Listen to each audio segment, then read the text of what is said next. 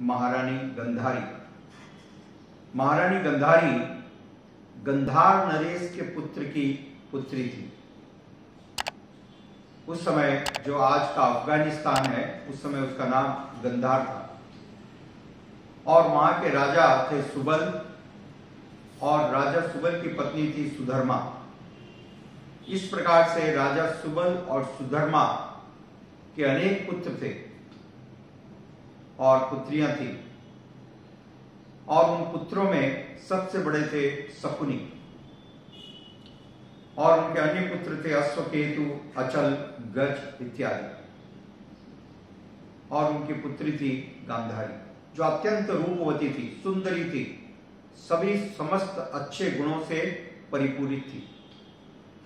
और जैसा कृष्ण कृपा मूर्ति श्रील एसी भक्तिवेदांत स्वामी प्रभुपाद जी ने यहाँ पर वर्णन किया, गांधारी बचपन से भगवान शंकर की भक्त थी, और उसने अपनी तपस्या के द्वारा शंकर जी को प्रसन्न किया था, और शंकर जी से वरदान प्राप्त किया था कि उसे 100 पुत्र हों। और इस प्रकार से शंकर जी से वरदान प्राप्त करने के बाद ऐसा वर्णन आता है महाभारत में कि एक बार महर्षि वेद व्यास वो जंगल में रमण कर रहे थे। एक महर्षि हैं तो जंगलों के द्वारा जाते हैं, तपस्या करते हैं, और फिर काफी थक गए, भूखे प्यासे हो गए। तो वेद व्यास जी ने वहां पर उनके राजा सुबल के यहाँ पर आतिथ्य ग्रहण किया, उनके गेस्ट बने, और वहां पर गांधारी ने उनकी अच्छी सेवा की, बहुत अच्छी सेवा की। तब गांधारी से प्रसन्न होकर के वेद व्यास जी ने उनको आशीर्वाद दिए, और इस प्रकार से गांधारी वेद व्यास की भी शिष्य थी। और फिर कालांतर में ऐसा वर्णन आता है कि भीष्मदेव, जैसा आप जानते हैं, भीष्मदेव के पिता शांतनु और उनकी शांतनु की पत्नी सत्यवती, और उनके 2 पुत्र हुए, विचित्रवीर्य और चित्रांगद। ठीक है, चित्रांगद की अकाल मृत्यु हो गई, और विचित्रवीर्य का विवाह भीष्मदेव ने काशीराज की 3 कन्याओं को अपहरण करके लाए थे, अंबा, अंबिका और अंबालिका। अंबा को छोड़ दिया गया क्योंकि अंबा प्रेम करती थी साले के साथ, और अंबिका तथा अंबालिका का विवाह किया गया महाराज विचित्रवीर्य के साथ। किंतु संयोगवश विचित्रवीर्य की मृत्यु हो गई, गंधर्वों के द्वारा उनकी हत्या कर दी गई,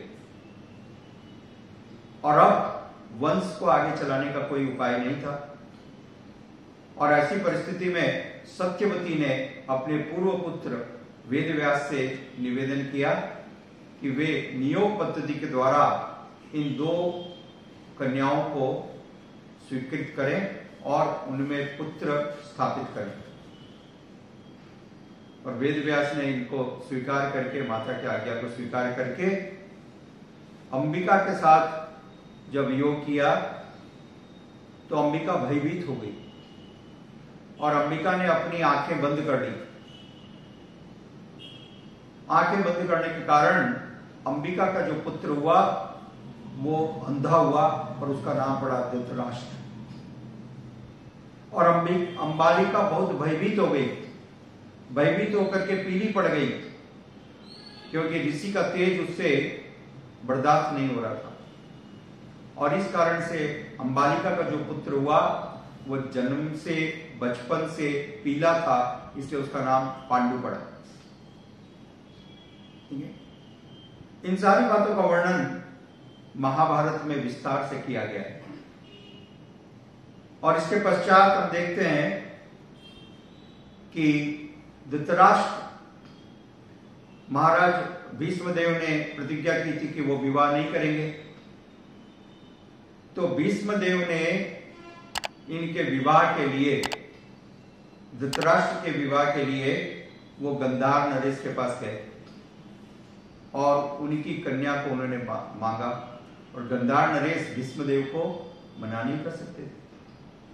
पहले आपको मालूम है काशीराज ने मना किया था, परिणाम क्या हुआ है? तो क्या फायदा है? तो गंधार नरेश जानते थे कि धृतराष्ट्र तो अंधे हैं, परंतु गंधार नरेश ने अपनी कन्या गांधारी का विवाह धृतराष्ट्र के साथ करना स्वीकृत कर दिया। और तब भीष्मदेव गांधारी को लेकर गए और गांधारी का विवाह धृतराष्ट्र के साथ हुआ। और इस बात से शकुनी बड़ा दुखी था, शकुनी को बड़ा क्रोध आ रहा था, परंतु शकुनी विवश था, कुछ कर नहीं सकता था। साथ ही साथ ऐसा भी वर्णन है कि वास्तविक रूप से गांधारी के पत्रिका में, जन्म पत्रिका में कुछ दोष थे ज्योतिषियों के अनुसार। तो गांधारी का विवाह एक बकरे के साथ पहले कराया गया था और फिर उस बकरे की बलि दे दी गई थी। तो इस प्रकार से गांधारी विवाह के पहले, धृतराष्ट्र से विवाह के पहले विधवा मानी गई।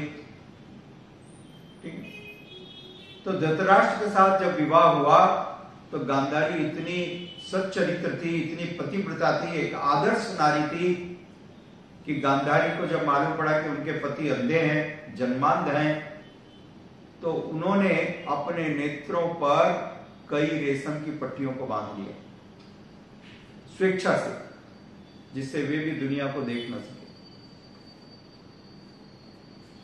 तो धृतराष्ट्र तो जन्मांध थे, परंतु गांधारी ने स्वेच्छा से अपनी आंखों पर पट्टी बांध ली। इतनी पतिव्रता थी, पूर्ण पारायण थी, अनेक सद्गुण थे। किंतु कृष्ण कृपा मूर्ति श्रील ऐसी भक्तिवेदांत स्वामी प्रभुपाद जी एक विशेष विषय को यहां पर स्पष्ट करते हैं कि जब गांधारी गर्भवती हुई वेद व्यास जी के आशीर्वाद से और 2 वर्षों तक कोई पुत्र नहीं हुआ, और उसी समय कुंती महारानी को पुत्र की प्राप्ति हो गई। और जब ये सूचना मिली कि कुंती महारानी को पुत्र की प्राप्ति हो गई, तो गांधारी जो इतनी आदर्श स्त्री थी, उसके हृदय में भी ईर्ष्या जाग गई, इनवियसनेस, और इस ईर्ष्या के कारण वो बहुत क्रोधित हुई।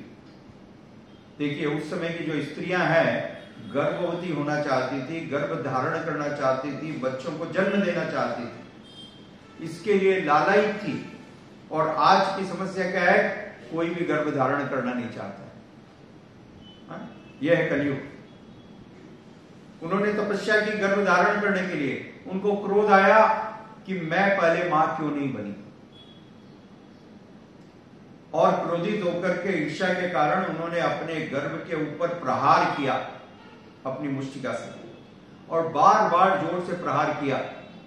और ऐसे प्रहार करने पर उनके पेट में जो बच्चा पल रहा था, बड़ा हो रहा था, वो असमय बाहर आ गया, जो कि एक मांस के टुकड़े के रूप में था, जो बहुत ही कड़ा था।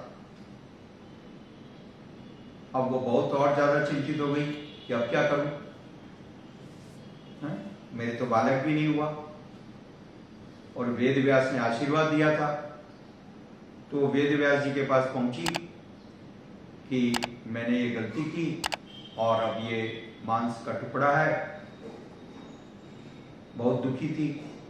तब वेद व्यास जी ने उस मांस के टुकड़े को धोया। उस मांस के टुकड़े को धोने पर वेद व्यास जी की कृपा से उस मांस का टुकड़ा 100 भागों में विभक्त हो गया। और तब वेद व्यास जी ने विशेष घी के 100 घड़े तैयार किए और उन घड़ों में उन 100 टुकड़ों को रख दिया और मंत्रों से सिद्ध कर दिया। और फिर इस प्रकार से 2 वर्षों के बाद उन घड़ों से, जब उन घड़ों को खोला गया, तो पहले घड़े से दुर्योधन का जन्म हुआ। और इस प्रकार से 99 घड़ों से 99 पुत्रों का जन्म हुआ और 100वें घड़े से एक पुत्री का जन्म हुआ जिसका नाम था दुशाला। साथ ही साथ इस बात का भी वर्णन है कि जब गांधारी गर्भवती थी तो धृतराष्ट्र ने अपनी एक दासी के साथ सहवास किया, भोग किया और उस दासी से उसको एक पुत्र की प्राप्ति हुई जिसका नाम था युयुत्सु, जैसा इस श्लोक में वर्णन है। तो इस प्रकार से गांधारी के द्वारा 99 पुत्र और धृतराष्ट्र के एक और पुत्र जो दासी के द्वारा हुए उनका नाम था युयुत्सु। तो 99 और 1 कुल मिला के 100, ये 100 कौरव हुए और इन 100 कौरवों की एक बहन जिसका नाम था दुशाला। और ये बहुत ही सुंदर वर्णन यहां पर श्रीमद् भागवतम में है कि महाभारत के युद्ध के पहले पूर्व गांधारी युद्ध के पक्ष में नहीं थी और उसने अपने अंधे पति धृतराष्ट्र को बार बार समझाया कि देखो ये युद्ध मत करो, और उसने ये भी सुझाव दिया कि हमारे राज्य को 2 भागों में बांट दिया जाए, एक भाग पांडवों को दे दिया जाए और एक भाग मेरे पुत्र रखेंगे।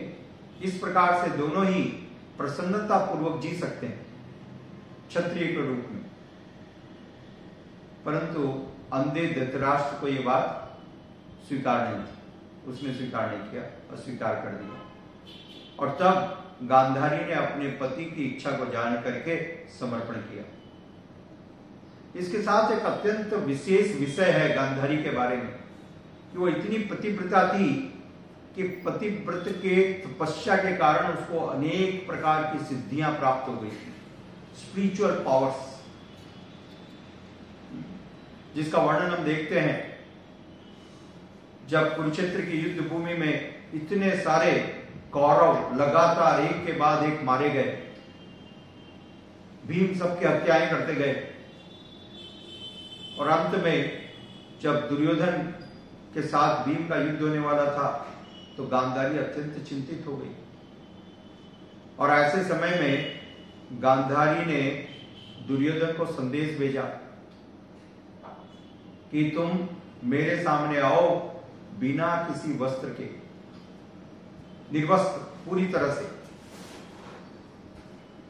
और गांधारी जो अपने विवाह से आज तक जिसने अपनी आंखों पर पट्टी बांध कर रखी थी, इतनी तपस्विनी थी, पतिव्रता थी, उस गांधारी ने जब दुर्योधन ने बतलाया कि मैं आ गया हूं माते, और तब माता गांधारी ने अपने हाथों से अपने आंखों की पट्टी खोली और जैसी आंखों की पट्टी खोली और दुर्योधन के शरीर के ऊपर उन्होंने दृष्टिपात किया, जहां जहां पर भी गांधारी की दृष्टि दुर्योधन के शरीर पर पड़ी वो शरीर वज्र का हो गया, वज्र का। इस पूरे ब्रह्मांड में सबसे ज्यादा कठोर है वज्र, इंद्र का वज्र, समझे, लोहे से कई गुना ज्यादा मजबूत, उसका सारा शरीर वज्र का हो गया। परंतु गांधारी अत्यंत दुखी हो गई क्योंकि अचानक उसने देखा कि अपने गुप्तांगों के ऊपर कमर पर दुर्योधन ने कपड़ा बांध रखा है और गांधारी बहुत क्रोधित थी। उसने पूछा ऐसा तुमने क्यों किया? मैंने संदेश दिया था कि बिना किसी वस्त्र के आना जैसे तुम पैदा हुए थे। हम सब कोई पैदा कैसे होते हैं? क्या कोई वस्त्र के साथ पैदा हो? तो दुर्योधन पर बड़ा क्रोधित हुई। उन्होंने कहा कि तुमने क्यों ऐसा किया? तब दुर्योधन ने बताया मेरे जब मैं आ रहा था आपसे मिलने के लिए मार्ग में श्री कृष्ण मिल गए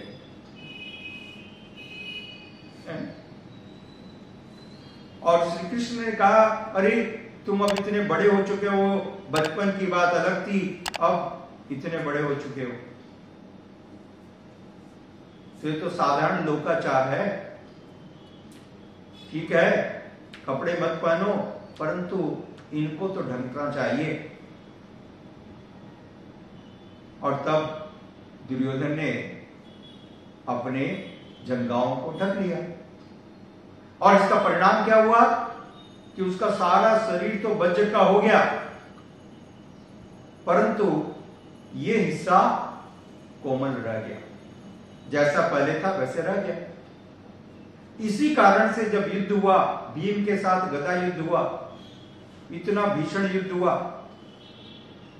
तो भीम की गदाएं दुर्योधन का कुछ भी अहित नहीं कर सकी। इतने दिनों तक युद्ध चलते रहा, घंटों तक युद्ध चलते रहा, कोई परिणाम नहीं निकला। भीम जो इतने शक्तिशाली थे, साक्षात हनुमान जी का आवेश, परंतु दुर्योधन को कोई हानि नहीं हुई। क्यों? क्योंकि इसका मूल कारण है उसके ऊपर, उसके शरीर पे माता गंधारी ने अपनी शक्ति को संचित कर दिया था। उनके पति व्रत की वो पराकाष्ठा थी, तो कुछ अहित नहीं हो पाया। और तब भगवान श्री कृष्ण जो सब कुछ जानते हैं, अंतर्यामी, और उन्हीं के द्वारा ये सारा रचा गया था, उन्होंने भीम को इशारा किया तिनके से। तब भीम को ये बात समझ में आई, और भीम ने अब उनकी जंघाओं पर प्रहार किया, क्योंकि ये जो पोर्शन था इस पर दृष्टिपात नहीं हुआ। इस प्रकार से दुर्योधन की हत्या हुई। तो ये गांधारी का एक विशेष हम देखते हैं कि किस प्रकार से गांधारी ने इतनी विशेष तपस्या के कारण, तपस्या की क्या थी? पति की प्रसन्नता के लिए उसने अपने सारे सुखों का परित्याग किया। ठीक है, यह आज के कलयुग में सबसे बड़ा आदर्श है। आजकल हम देखते हैं पति पत्नी के पीछे छोटी छोटी बातों पर झगड़ा हो जाता है, छोटी छोटी बातों पर। मेरा सीरियल आ रहा था, इन्होंने अपना सीरियल लगा दिया, झगड़ा। मेरी फेवरेट ड्रेस नहीं दिलवाई, झगड़ा। और वो झगड़ा इतना बढ़ जाता है कि तलाक की नौबत आ जाती है। मेरे को बर्थडे पर विश नहीं किया, झगड़ा। बताइए। और यहां पर गांधारी है, माता गांधारी, कितना अद्भुत, जीवन पर्यंत, आजीवन स्वेच्छा से जो अद्भुत सुंदरी थी। श्रील प्रभुपाद जी यहां पर लिखते हैं कि गांधारी अद्भुत सुंदरी थी, सभी गुणों से परिपूर्ण थी, एक से उत्तम राजा की पुत्री थी, और उसने स्वेच्छा से अपनी आंखों के ऊपर पट्टी बांध ली और सारा जीवन इसी प्रकार से रही। इस तपस्या के कारण उसको इतनी सारी शक्तियां प्राप्त हो गई थी। जैसा यहां पर श्रीमद् भागवत में वर्णन है कि गांधारी युधिष्ठिर महाराज को श्राप देने वाली थी, भीम को श्राप देने वाली थी, और यदि गांधारी श्राप दे देती तो उनकी भी मृत्यु हो जाती। जिनको कोई नहीं मार पाया वो भी श्राप से मर जाते। गांधारी के श्राप से उसमें इतनी शक्ति थी। और ऐसे समय पे वेद व्यास जी ने उनको रोक दिया। जैसा कृष्ण कृपा मूर्ति श्री लयसी भक्तिवेदांत स्वामी प्रभुपाद अपने तात्पर्यों में लिखते हैं, तो वेद व्यास जी ने उनको इसकी अनुमति नहीं दी, ये गलत है। और तब गांधारी ने अपने गुरु की आज्ञा का पालन किया। यह अद्भुत गुण है, पति के प्रति पूरी तरह से समर्पित, गुरु के प्रति पूरी तरह से समर्पित। फिर उन्होंने कोई अभिशाप नहीं दिया। और इसके पश्चात वर्णन आता है कि धृतराष्ट्र एवं गांधारी राज्य को छोड़ करके वनों में चले गए, हिमालय की तरफ, पूर्व की तरफ। हाँ? और उत्तर की तरफ जाते हुए जंगलों में आग लगने के कारण जंगलों में जल करके उनका शरीर उन्होंने परित्याग किया। वो बहुत दुखी थी। फिर भीष्मदेव ने उनको बतलाया कि किस प्रकार से भगवान श्री कृष्ण ने स्पष्ट किया कि उसके सारे पुत्र स्वर्ग को प्राप्त कर रहे हैं, और तब उसके मन में थोड़ी सांत्वना हुई। तो गांधारी का अत्यंत प्रेरणादायक प्रसंग है यहाँ पर। इस प्रसंग से हम अनेक सीख लेते हैं। सबसे बड़ा जो इससे लेसन मिलता है वो है पतिव्रता होने का, वो पूरी तरह से, और उसके साथ ही साथ वो बहुत ही बैलेंस्ड माइंड वाली स्त्री थी, जिसने अपने पति को सही सलाह भी दी कि आप युद्ध न करें, और जिसने भगवान शंकर की सेवा करके, पूजा करके शंकर जी को प्रसन्न किया था। उसने वेद व्यास जी को प्रसन्न किया था, और वेद व्यास जी के कहने पर, आज्ञा पर उन्होंने श्राप भी नहीं दिया। परंतु जैसा प्राय होता है, वो अपने पुत्र के व्यामोह में थी। पुत्र के द्वारा बहुत ही, पुत्र से उसका अटैचमेंट था, इस कारण से उनकी ये दुर्गति हुई। तो इस प्रकार के पुत्र से मोह नहीं रखना चाहिए। ये महाभारत की एक बहुत बड़ी सीख है। हरे कृष्णा। श्रील प्रभुपाद की जय। गौर प्रेमानंदे।